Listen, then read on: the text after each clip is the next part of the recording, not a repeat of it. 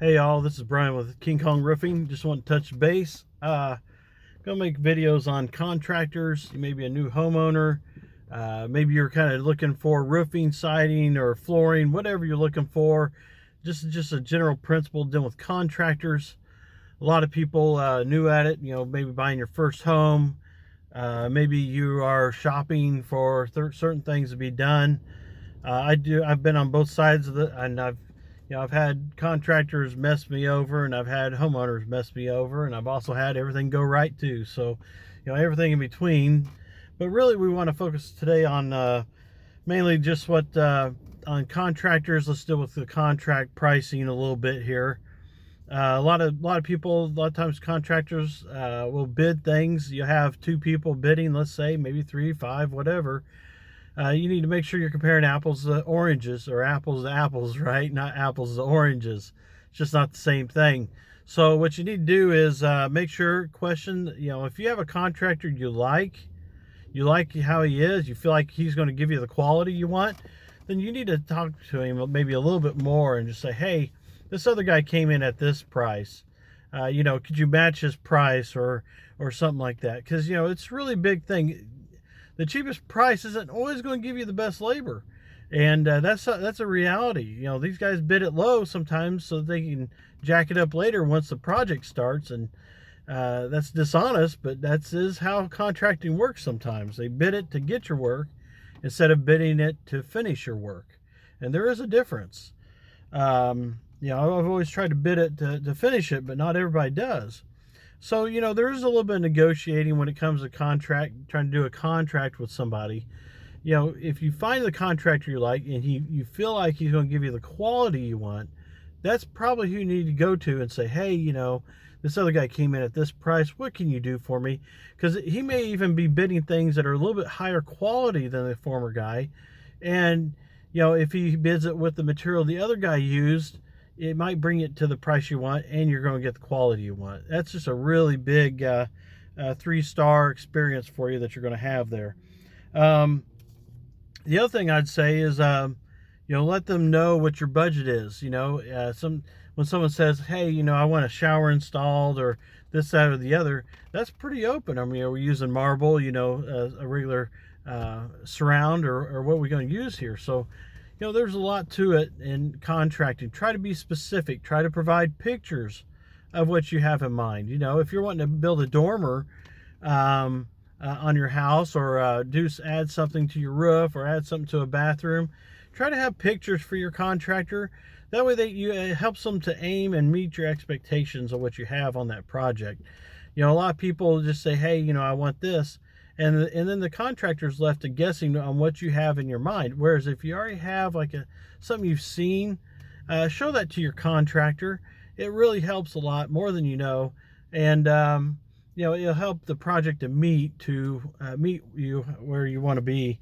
The other thing is that, if you're getting other bids and stuff like that, it's not bad to go back and talk to people and say, hey, most contractors would love to talk to you. It's not bad to come back and say, hey, these other guys are coming in cheaper. Why is your price this? And maybe there's things that you didn't consider. Maybe he saw some things were rotted, need to be replaced, on and on. And then you find out that the lowest guy never had it in the bid. So there's always good to go back. I know we as Americans, we just take it or leave it. That's just kind of how we are. But, when you're looking at people doing work for you, it's good to go through it, go through the process, making sure everybody's on the same page, going forward. If you provided the pictures to your contractor, then you're going to be a lot more happy, and I know you're going to get a lot better job, So I always try to, there's a few things I always go by, because I hire a lot of contractors, and I've been one myself. Even hiring guys that worked underneath me hourly, I try to look at the person, seeing if there's somebody I would trust to meet my level of expectation. If the guy's rough, it looks like you just escaped prison, maybe you're wearing the orange jumpsuit, you might ought to pass on that. You know what I'm saying? So, trying to get that quality you want. I mean, I know sometimes we all like to save money, and I do. I like to save money, but quality of install. The installer is 90% after you buy the material. After you buy the material, the installer is everything, because you can take the most perfect material, and if he screws it up, you got to buy it again. And especially if he won't answer his phone after he screws it up. So and most people don't have the money to go through a $10,000 lawsuit, and if the guy doesn't have insurance, you're not going to get anything. So that's kind of how things are, and I hate to be that way. That's why everything for a good project and get that 5-star experience from a contractor, it all starts in the very beginning, in the hiring aspect, and even before the hiring, the bidding aspect. So that's very important, that you do communication. If you like a guy, you really feel like he's a good guy, he has good ratings online. Yeah, there's people that give a bad rating here and there. I mean, that's just people. You see it on Facebook in the chatters. I mean, they complain about everything. And but pretty much he's a good guy. Then I wouldn't pass on him necessarily if he's a little bit higher. He might have something that another guy did miss. Or maybe the other guy bid it low just to get your job, but not necessarily to finish it. And those are dangerous, because I've seen guys double, triple projects. It's very dangerous, some of those guys that are real low. I've seen guys undercut me by half, and I just shake my head. I'm like, that's not their final price. I know. And I'm not that high. I'm usually middle of the road guy, but because we know what we're doing, and good labor's not cheap, and the good materials are not cheap. I mean, it's usually kind of middle of the road to upper, and you can occasionally get really cheap good material, and sometimes you can get cheaper labor, but it's generally not normal to get it all the time. And it's usually just you get what you pay for. If it sounds too good to be true, it is. All those sayings are true.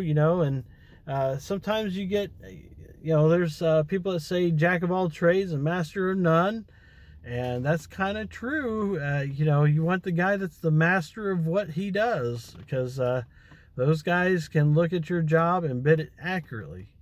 And the guy that's the jack of all trades, they tend to not bid it that accurately. And that's why it's kind of dangerous with some of these guys out there that, everybody does flooring, and everybody does, this, that, and the other. And there's a difference when you hire the guy that does just that. You get a totally different professional level, hopefully. If you like the person, usually that's the level of quality you get. And that's generally how it is. I have had people that didn't match exactly how they looked, but you generally get the feel of the person, meeting them in person. It isn't all about appearance. It's not all about who they are. And what I mean by appearance, of course, is not do they look like they just woke up from a drunken stupor, that type of thing, those type of people. And contracting sometimes draws rough people, but you don't want that on your job, because you don't want them going through and stealing your pills and your things like that. That type of stuff does happen. And so I think you're going to be much more happier. Look at the contractor you're hiring. Look at the one don't get caught up in the sales pitch, because if all you are is hiring a sales guy, you're not doing yourself any favor. But if you're hiring, a guy that's good, a good contractor, or someone that really knows what they're doing, that's the difference. You hire a sales guy, that's a whole other subject. I spend 20, 30 minutes on the pros and cons of hiring a company that uses salespeople, because they're not the final guy. I want to deal with the top dog, you know what I'm saying? That's why we structure our company like we did, and some of them still do. And, that's the difference. You hire somebody that knows what they're doing. Big difference. And I think you'll be much more happier. And, I've always recommended good contractors, other good guys that do things that I don't, because I know what I'm good at, what I make money at. And, the things I'm not good at, I push off for someone else to do, because I'll let one of my buddies do it, or someone I know that is good at what they do. Because that's the thing. If that's what they do, they're going to be good at it. And not only are they going to be good at it, but you're going to be happy. And that's worth a lot. it's really bad when you pay for something and you're just not happy with it. I've been there before. I remember I paid for a muffler job, and I paid, I think, a total of like $5,000-6,000 for the muffler and some engine work and all that. And I took it to this one guy, and I had to have literally every bit of it redone. It was very frustrating, and the guy refused to even look at it. Somebody that's reputable. And no, I didn't give him bad reviews, but I mean, I was out the 5-6 grand, you know, and it made me pretty upset, as it would anybody. But you know, that's what happens. And even good people have bad things happen sometimes, but generally the good people tend to care about their work, and it's something that you'll enjoy the rest of your life. I mean, look, if you're going to look at something that's installed wrong for the rest of your life, it's going to drive you crazy, like it drove me crazy.